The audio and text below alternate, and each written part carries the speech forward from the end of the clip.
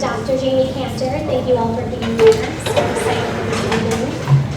Today we gather to celebrate a remarkable group of individuals who possess a gift beyond measure, the power to craft worlds, to shape emotion, and ignite the fires of imagination through the written word.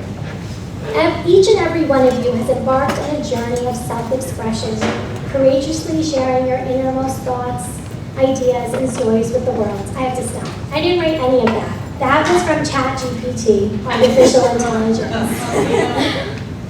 So I purposely share that because I asked ChatGPT, which if you're not familiar, is a new, innovative Google, to write this speech about the writers here in Harrison High School, and to write about how insightful, poetic, vulnerable our students are in their writing. And I asked it to write how the writing fellows, for example, use their ability to write to help others. I asked it to write how the writing in our Husky Herald and our literary magazine tell the stories of our hallways, our locker rooms, the books we love, the secrets in our hearts. And ChatGPT wrote a very generic speech that couldn't see beyond its artificial intelligence. It couldn't get the feeling that you get when you read Ava's poem about who do you see. It couldn't understand the pain in Aiden's word in his poem Diver. It hadn't read Zoe's piece on the danger of dieting, so it didn't know all of the ways she expertly researched the diet industry. ChatGPT has never walked into our writing fellows workshop. It's never been in our writing center. It's never seen our writing fellows work with students and how amazing they are. This artificial intelligence has no lived experience. It has not experienced Harrison High School. It does not hate. It does not love. It definitely doesn't procrastinate. And therefore, it is not a replacement of our voices. So tonight is a reminder of how important our work as writers and artists are. I'm not against innovation like ChatGPT. I know its limitations. And in our celebration tonight, we can see the stories that ChatGPT cannot write. Writing is also not just about publication. Writing is about thinking. It's about making sense of the world. It's about learning and remembering and living. So today, we get to celebrate our writers. I want to first thank our district administration, Dr. Wool, our superintendent, Dr. Laywood, Dr. Mulhall, and Tim Whipple, our building administration, Ms. Bukama, Ms. Griffo, and Mr. Mistrova, Mr. Royal, he's our fine and performing arts director. He's been a great support. Our musicians who set the mood for this evening, Mr. Pistone for his support, Ms. Pilewski, she's helped us with the art around the room. And I also want to thank our English department, as well as our club advisors and leaders. Miss Riley has led our writing fellows in its first year, and she's done an incredible job. Mr. Treebatch teaches our journalism class, and Mr. Delaroso leads our Husky Herald, and Miss Barish has helped create this incredible literary magazine that you see in front of you. These teachers create the spaces for our students to be creative, to be leaders, and to think critically. I also want to thank our families for being here. Thank you for giving us the opportunity to celebrate your children. And most of all, tonight is about our writers and our artists and our writing fellows. We are so proud of your work. So to begin our celebration, I'm going to ask Mr. Delaroso of our Husky Herald, which, by the way, you can access in the back of our program. It's huskyherald.org, and he will start us off. Thank you very much.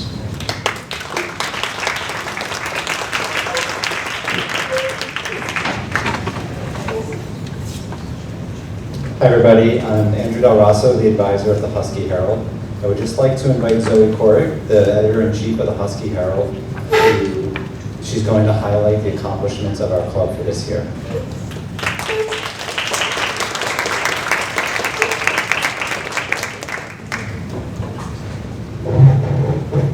Hi everyone.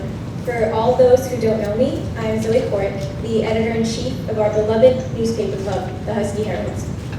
Tonight, we celebrate the power of words, the art of journalism, the indelible impact that writing has on our community, and the importance of self-expression. Last year, our club was somewhat delicate. We only produced about 3 articles per writer, and our newspaper site was populated with very few articles. I was nervous about this coming year, as I worried about being able to ameliorate the club. However, I'm extremely proud of where our club has evolved to be. This year, we had so many new people join the club. Some right at the beginning, some in the middle. But each and every one of them put in the work and wrote amazing articles that we were honored to publish on the website. But writing great articles isn't what's most important. Your growth as a writer is. It was really special for me to see the difference in quality of the writer's first articles compared to their latest articles. It was also very special for me to see how they explored what they found most interesting and their passions. Right now, we have a group of members who are truly passionate, and committed to journalism. And in today's world, that's what's most important. I'm incredibly proud of all of us because with our hard work, we've created a stable club with dedicated members. Together, we've made the Husky Herald a safe space to explore one's passions and interests. We couldn't have achieved any of our amazing work this year without our advisors, Mr. Trebach and Mr. Del Rosso. Their guidance, expertise, and unwavering support is what has been instrumental to our club's growth and achievements. I would also like to thank the administration who constantly helped us behind the scenes, especially Dr. Cantor and Mrs. Buchama. Dr. Cantor's writing expertise and dedication challenged us to produce the best articles that we could write. Throughout this year, we achieved so much.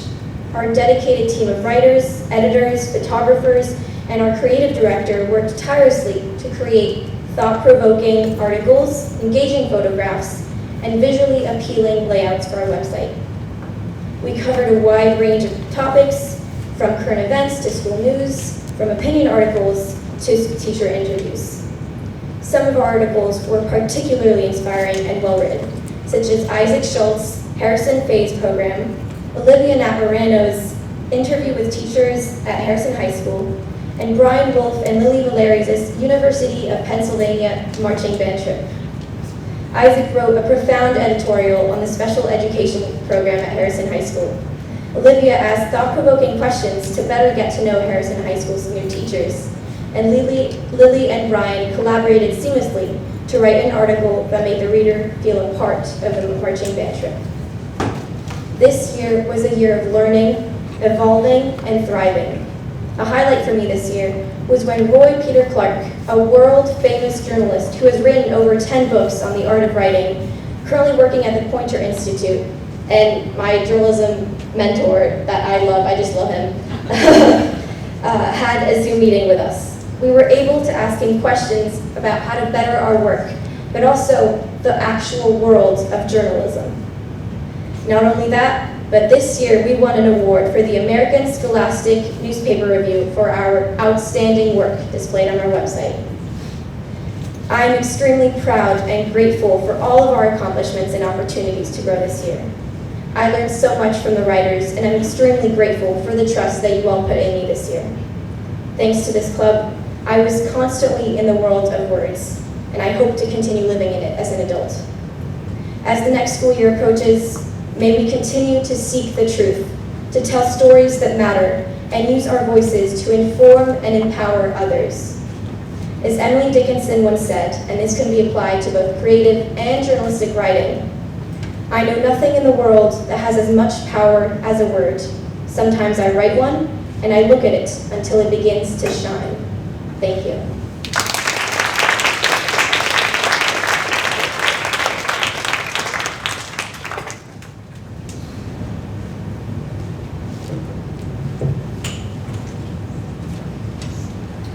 I really want to thank Zoe again. With her leadership this year, the club improved almost in every way. All the students that came felt welcome, and the culture that she built was really, really phenomenal. In terms of production, as she stated, we've produced more articles this year than the previous year. And as she alluded to, with the work of the students, the advisors, and also our faculty, the quality of the work really, really was impressive. So thank you so much, Zoe.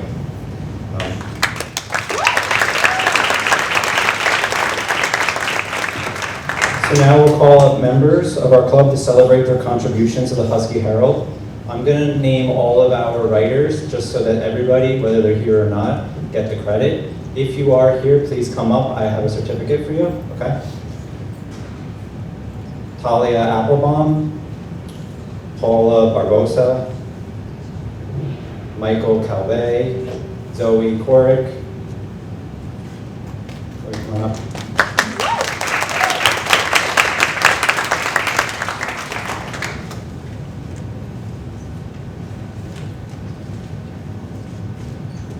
Natalie Korn, Farah Franderson. Oh, it's here, okay.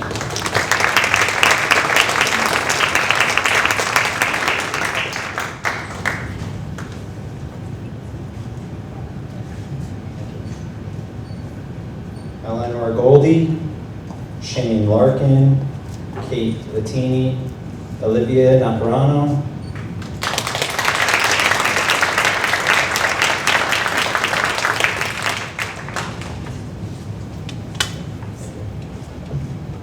Emily Ostracher, Ava Popescu, Ben Kasatnik, Isaac Schultz,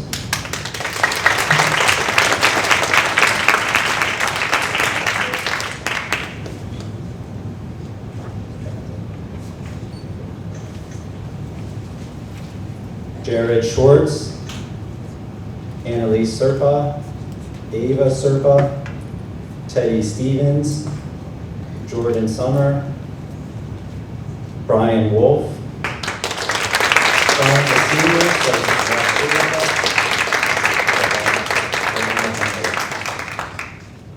and last but not least, Ella Zamek.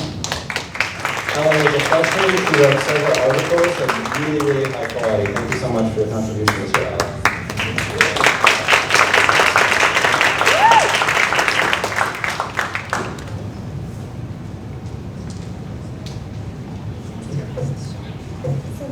We'd like to invite the Imagine magazine, which is in front of you. It's also available on the QR code.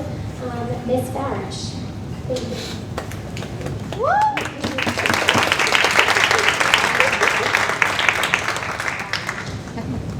Hi, everybody, and thanks so much for coming out in the apocalypse tonight. I'd like to invite our president, Ariana Applebaum, up to the stage.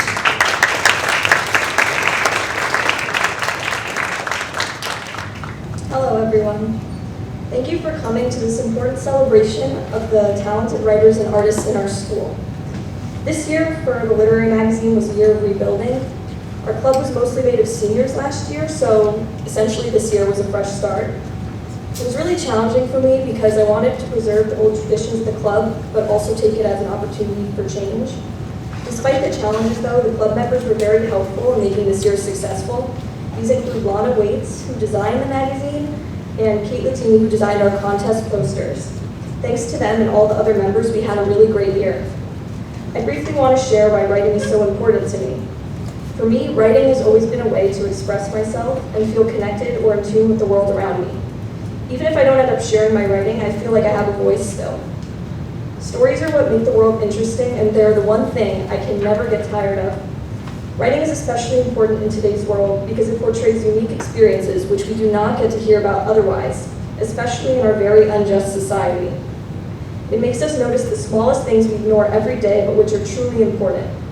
That is why, for this year's magazine, we chose an overarching theme of the little things in life. While it may sound cliche, I'm not talking about seeing the sunrise or anything of that nature. I'm talking about things like identity, which are more overlooked than one would think. Oftentimes in society, we all blend together, and we forget that we're individuals as opposed to groups of one belief or another. We forget about experiences or conversations that we should really be thinking about because we are caught up in what other people are telling us to focus on. Tonight, those experiences will be highlighted as they always should be. We want to congratulate those whose submissions are in the magazine, as well as everyone else here being recognized for their work. And I also want to take this opportunity to thank our advisor, Ms. Barish, for helping bring this project to fruition. Thank you.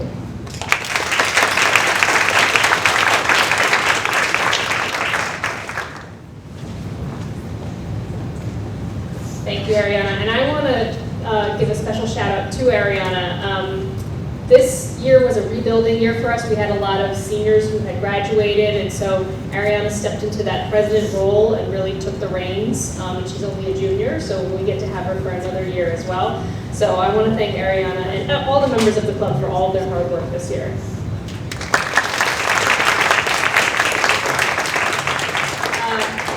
We have a few poetry selections from some of our writers in the magazine. First, I'd like to invite Nicholas Hardy to come up and read his poem.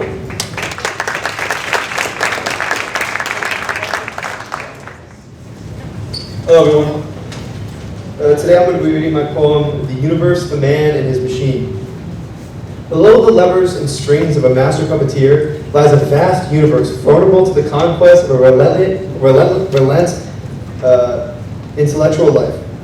If when not reliant, life descends into violence and relentlessness, and when reliant, life becomes peaceful and tame, one may assume that general alliance is essential to life.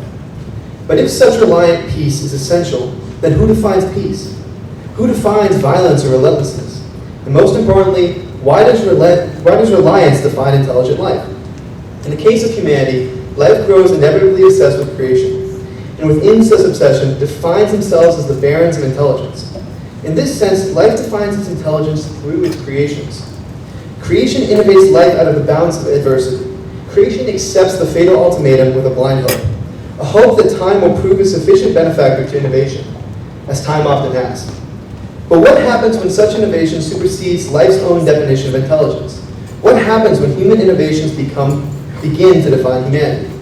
As life grows dependent upon this cycle of innovation, when does it lose track of how intelligent its creations to actually become?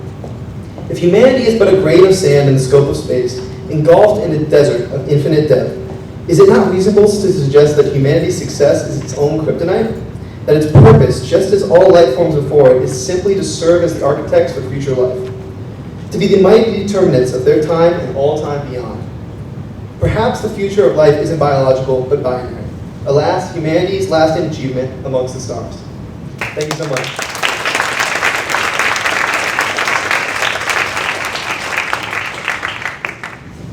Thank you so much. And next I'd like to invite Ari Gravanya to come up and read her poem.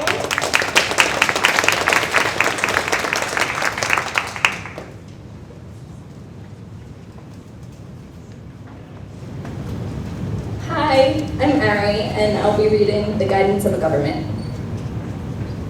How to kill a people. Give them no warning, no weapons, no home. Don't stop at flesh, keep going all the way to bare bone, and once you do, bask in their ending. An army of limbs, some stolen, others offered, all martyrs, no survivors. This is how all hope begins. How to kill a spirit.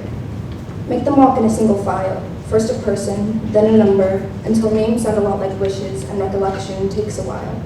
Till each face looks the same, broken but perfectly intact, till mothers have no reason to cry. Numbers are divided by nature, that's just fact. How to kill rebellion. Kill it fast, kill it easy, kill with intent, not attachment. Collision is nature, just without the missing fractions of liberty, order, and whoever we name God. Kill it fast, kill it easy. This isn't murder, just a precautionary clause. Thank you.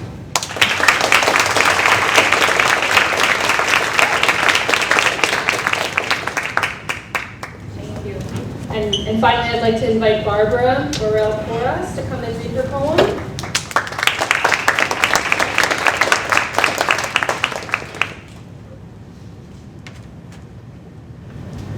Hi. I am 17. I am 17 and in the car with my father. He's once again asking what I plan to do after graduation, and I'm once again trying to resist the urge to yell at him. I am 17 and in the car with my father when it starts raining, and so he closes the windows. I am 17 when I see a little girl dressed in a beautiful red raincoat with boots to match and a ladybug umbrella. She's holding her father's hand as they both laugh at something that the other must have said.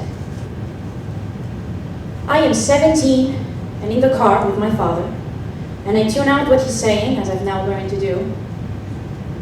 I am 17 And I think about the little girl dressed in her bright red raincoat, half sadness, half hope. I think about myself at her age. I too love ladybugs.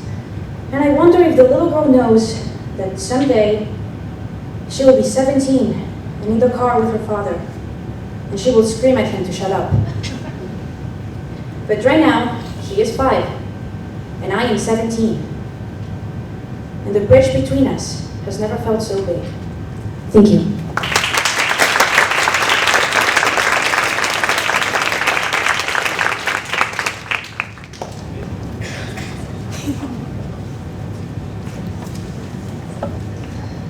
Thank you so much to all of our readers.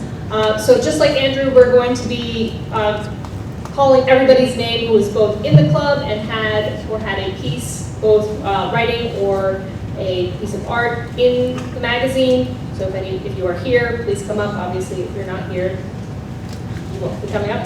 So, and I think we have the awards for the seniors as well. And Dr. Cantor will be assisting me. Diego Abad, Sundus Ahmed,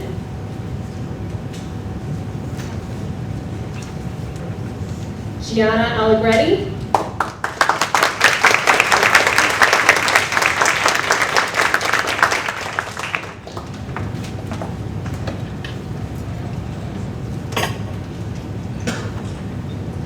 Ariana Applebaum,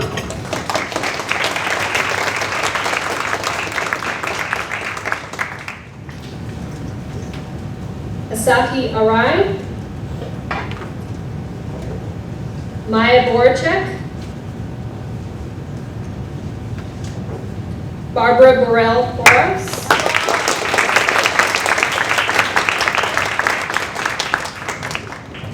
Giorgio Borzellino, Luke Castellano,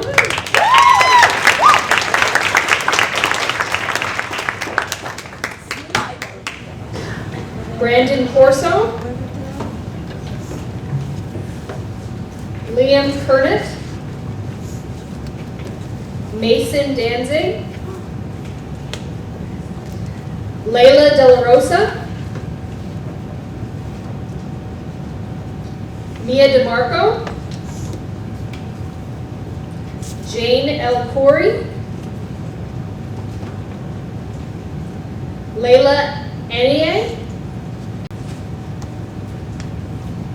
Gabriela Fabrio,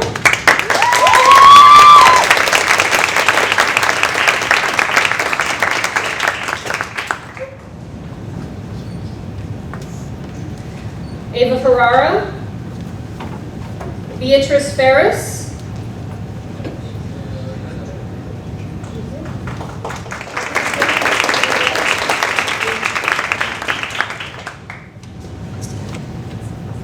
Olivia Focus-Sabor,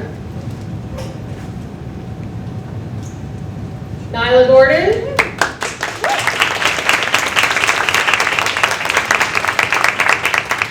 Arlen Gabrania,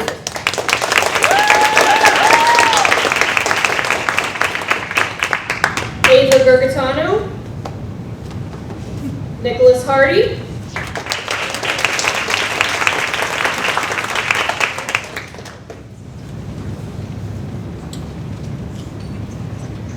Laiba John, Aisha Kapadia,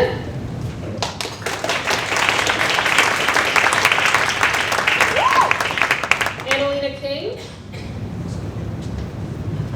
Kate Latini, Iverson Lee, Joey Lippel-Smetana,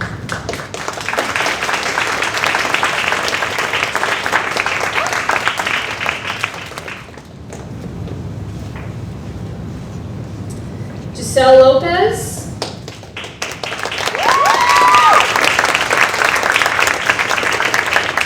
Jordan Leibowitz, Julia Menino, Casey Metzger,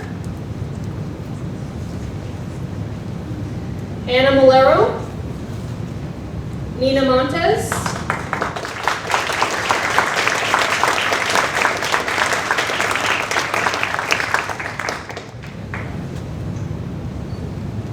Jake Montesano, Ingrid Murphy,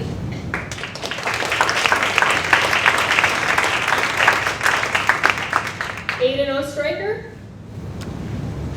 Mia Paparati, Jacob Robinson, Annalise Serpa,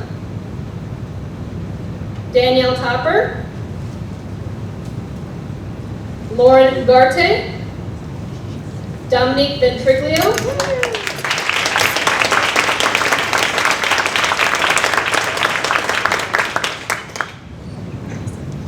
Lana Waits, Lana designed our magazine, was the chief designer for that, and she did an amazing job, so I have to give her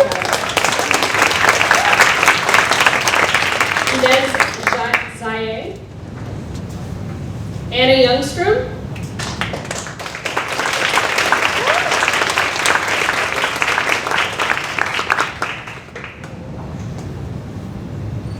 Christina Zazzarino, Charles Zenhauser,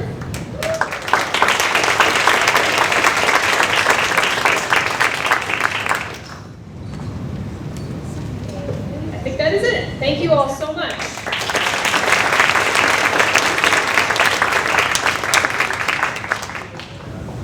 So before I ask Ms. Riley to come up, at the end of our celebration this evening, I'm going to ask everybody, all of our students, to come up to the front. We're going to take a large picture. So don't leave right away. We're going to take a big picture right over here.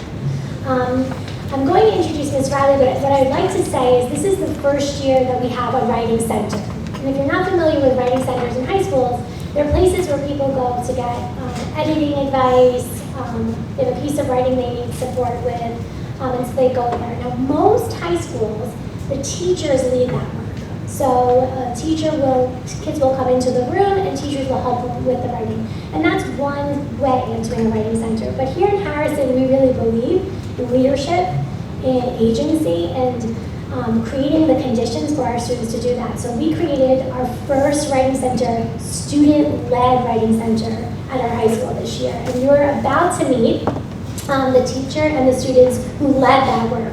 And that was months of training on how to give feedback, how to tell a student, like, you need to work on this and not this.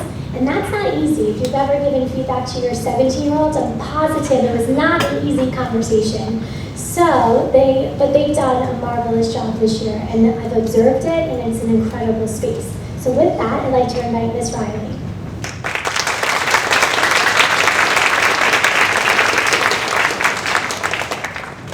So I'll begin by saying that piloting a new program is a daunting task, where the pitfalls, perhaps initially unknown or even anticipated, can rear their ugly heads at the worst possible times. However, I can genuinely say that from the outset, the Student-Led Writing Center took off, full steam ahead, and it's all attributed to the students that comprised our first cohort of writing fellows. They took the reins from day one.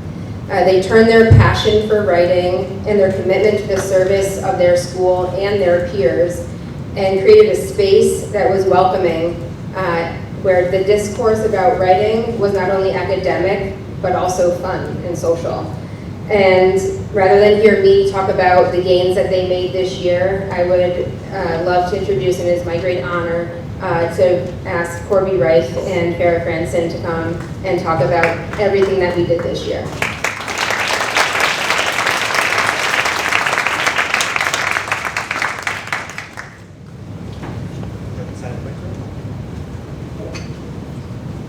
Hello there, I'm Corby, I'm Farrah. and we are the inaugural year of the Harrison High School Writing Fellows of the Writing Center.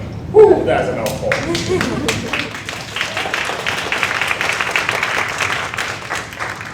The Writing Center is a student-led resource open to all students that emulates the organization of collegiate writing centers.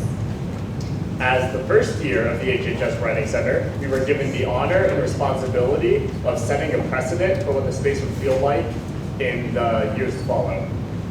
During the course of our 2-quarter training, we looked at many other writing centers for inspiration. We found that a central belief of those writing centers is to adapt, to the writer's personal needs and goals during each session. We acquaint ourselves with the writer through an amicable and authentic introduction. Thus, we value the writer's unique individual perspective and work to amplify their unique voice. At its core, the Writing Center exists to make better writers, not better writing. As writing fellows, we understand that all writing, and more importantly, all writers, are different and unique. Rather than merely aiming to improve the quality of writing, we help the students see themselves in their writing and build an intuitive voice. It is not our goal for students to come away from a tutoring session with a completed essay, but rather with the confidence and techniques to express their thoughts through writing. Rather than achieve tangible success in the form of a high grade, we aim to support the development of intellect within our writers. This allows them to better convey their ideas both within the hallowed halls of Harrison High School and to explore the wondrous world of literature outside of them. We took inspiration from a poem entitled Brave Space by Mickey Scott and Faye Jones, which deeply resonated with us because it drew attention to both compassion and imperfection, which became the cornerstones of the Writing Center was built upon. All right, here we go. Together, we will create brave space, because there is no such thing as a safe space. We exist in the real world. We all carry scars, and we all have caused wounds. In this space, we seek to turn down the volume of the outside world. We amplify voices that fight to be heard elsewhere. We call each other to more truth and love. We have the right to start somewhere and grow. We have the responsibility to examine what we think we know. We will not be perfect. This space will not be perfect. It will not always be what we wish it to be, but it will be our space together, and we will work on it side by side. As tutors, we hold the vulnerability of the writers in our hearts by practicing empathy with each and every one of the writers, which take an act of courage by entering our center. As students with areas to grow ourselves, we reflect on our past experiences while guiding the writers along their literary path. Okay, so I cannot express how grateful I am for every single day I spent at the Writing Center this year, but I'm going to try anyways. Every single day I came to work in the Writing Center, I met with a different student, sometimes several students, over the course of a month. And it's awesome to look at how the same piece grows and evolves as they work on it. And I tutored students from all different grades. I think I hit the whole benchmark. We got freshman, sophomore, junior, senior, full collection.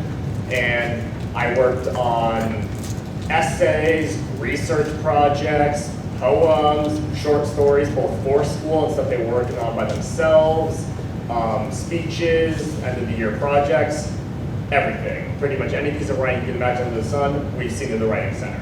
And every single piece was completely unique and an absolute joy to work on, and it was really fabulous to see the sheer variety and creativity that the students at Harrison High School produce. I know I speak for all writing fellows when I say it's been an absolute pleasure to get to know Miss Riley, who has inspired all of us to explore another side of ourselves that aims to help others and guide others along their literary path. It has also been a real pleasure to get to know other writing fellows who I might have known since I was young or who I might have never known at all. Finally, we would like to give a huge thank you to Dr. Cantor, Dr. Wall, Ms. Mulhall, Ms. Bukema, and Ms. Riley for supporting the creation and growth of the Writing Center throughout this past year. We are so excited for the program to continue to expand in the future. Thank you all for listening.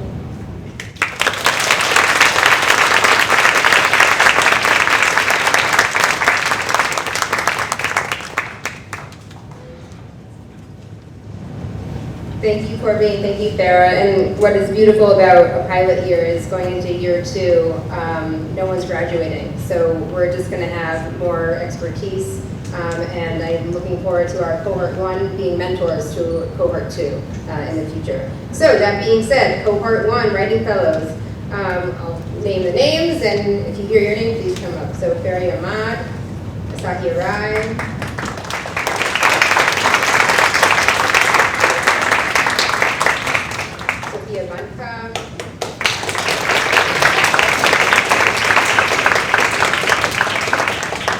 Zoe Korick.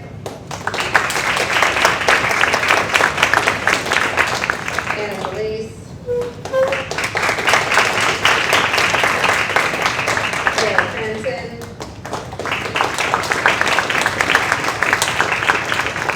Amy and Julie. Kayla Teeny. Teddy Mannigan. Katie Mariani. Lucina Ruther.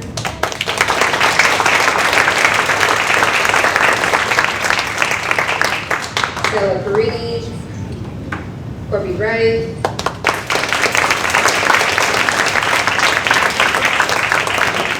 Sarah Recca. Isaac Schultz.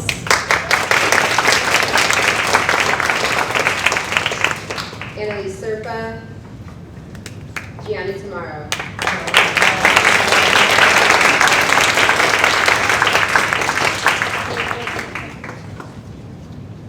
If everyone could give a round of applause to all of our writers and building builders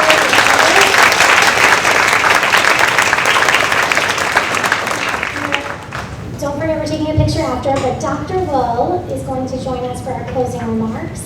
And then don't forget to take cookies also and take a picture after. Hi, everybody.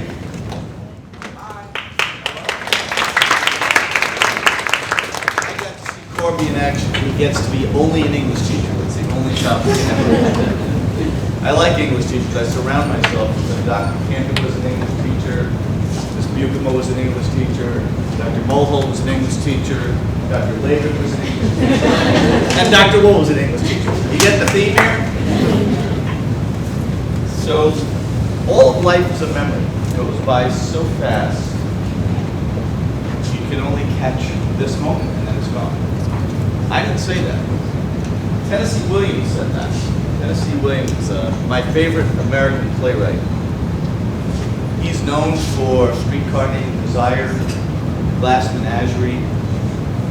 What he's not known for is he was a gay man living openly in the 40s and decided that no one could put any of his productions on if the house was segregated and excluded blacks from seeing those pieces. Writers have an effect on culture. They make a statement, but also their lives are often reflective of the values that they hold. I have used stories my entire career to try to get people to reconsider what they sometimes can't see when we listen to the noise. The power of student voice, the power of getting people to think about things that are complicated and things that they don't necessarily agree with is always done to the power of story. Very recently, I was interviewed by a high school senior, and typically I don't allow kids to interview me because I don't want attention. But this young man wrote to me and said, Dr. I'd like to interview you for a COK project, and I said, no. And then he wrote back, he said, well, here's my purpose. I want to understand how your life experience informed your philosophy of education. I said, oh, fine. This is such a smart question. And this young man's been with us since kindergarten, and as you know, I make a lot of speeches, over, I don't know, 200 graduations. But he asked me what my favorite story was, what influenced me. And to me, the concept of being a writer is being a teacher. And my favorite piece is the Broadway show, The Man of La Mancha, which is based on Don Quixote's legend. And what I love about that piece is it's very easy to diminish people by their station in life, what they're not. And the message of The Man of La Mancha is he sees a prostitute in prison who is brutally treated by everyone, actually raped. And yet he sees in her this incredible flower, this extraordinary human being, and he keeps telling her that she's wonderful. Because the power of a story is to get you to see something that you don't see in yourself. Every writer is a teacher. These young people tonight are teaching us. We have to not be afraid of what we have to say. Sometimes they're going to say things that they're going to upset us. I had a 17-year-old daughter riding in that car once. She told me a lot of things I didn't want to hear, but I needed to listen. Something else you don't know about me, I used to run a school of performing arts for middle schools, but it was in an urban setting. And every year I would ask the kids what they wanted to write about, and the adults were always uncomfortable with what the kids wanted to say. I'm going to say to you that writers are our only hope in this moment in time. What you hear is divisive noise. The power of story gets us to see one another as human beings and to remember the common humanity that we share and the power of lifting people up instead of tearing them down. So this is a really important night. This school is predicated on the idea that a child's voice will guide us. I wrote 28 letters to you during COVID. I reminded you of one thing: the children are always watching. And tonight, we are watching and learning from them. Congratulations, because there are writers among us.